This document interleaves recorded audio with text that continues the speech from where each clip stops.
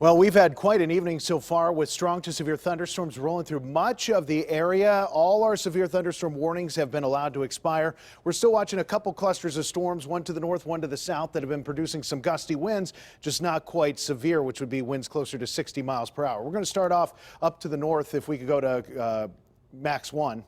Up to the north, and we can see that we've had these thunderstorms still producing a lot of lightning along I-80 coming out of Clarion County, but these are going to continue to move through Jefferson, and Punxsutawney is about to get this, Marion Center down to Indiana. Also some gusty thunderstorms with a lot of rain, but these are going to move on, and again, just a little bit below the severe thunderstorm threshold. Bell to Greensburg, we're looking at moderate rainfall, so things have quieted down quite dramatically here, and then as we get just a little further to the south, juicy thunderstorms south of Uniontown, Dunkard to Morgantown, another one there, and these have been producing some very heavy rain and could push out some pretty gusty winds. But this line over the past couple of hours has raced out of Ohio through the area, and when you have situations like this, sometimes you get these oddly shaped clouds, and these oddly shaped clouds can sometimes get confused with tornadoes just because they do create these columns. Now, this one was taken in Imperial, and what happens is you get this rapidly cooling air dropping down, and it condenses the moisture, and it creates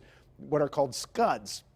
Scattered cloud under deck, scud, and you can see how that drops down there. We have another one that was taken near Imperial as well, and this one is actually neat because it's one of those real smooth looking ones, but a couple of scud clouds, and our tornado warnings though were well up to the north, so those weren't in that area. We had more straight line winds in these spots, and I was talking with some people who got these pictures, and they said it was real gusty, like very gusty when these storms came in, and said it was pretty much crazy as it was happening. And again, if you're ever going to get a picture of weather, make sure you're doing it from a safe place. So these storms are going to move out. We have the rain still trying to hang on around Pittsburgh, but it's quieting down.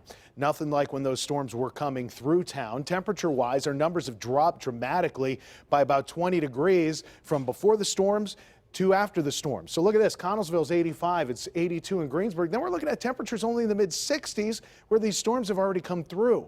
So a much cooler setup as those cooler conditions are pushing these storms along.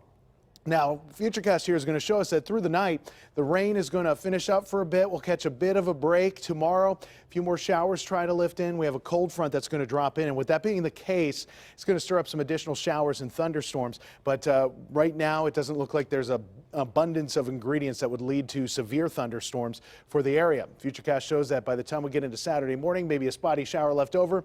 Those get out of here, and then the weekend turns fantastic. We get sunshine. We get comfortable temperatures. If you're looking for a big warm-up, that comes next week. Tonight, though, 66. Thunderstorms early, then partly cloudy skies. Winds a little breezy after these storms move on. Then tomorrow you're looking at 85, so another warm and humid day. And again, some scattered thunderstorms as that cold front drops through the area.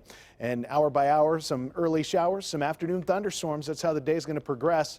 And another warm one for your Friday. Gets better for Saturday. After those early showers, we break into some sunshine, mid to upper 70s, Sunday and Monday. If that's not your thing, how about some 90s? Those come back for Tuesday, still very warm Wednesday, and we cool off a little bit for Thursday next week. And if you had the KDKA weather app on your mobile device, you knew everything that was happening as it was happening, because those alerts go right to your phone or to your tablet. It's a great app with an interactive radar and FUTURECAST, and it's free to search CBS Pittsburgh in the App Store and Google Play.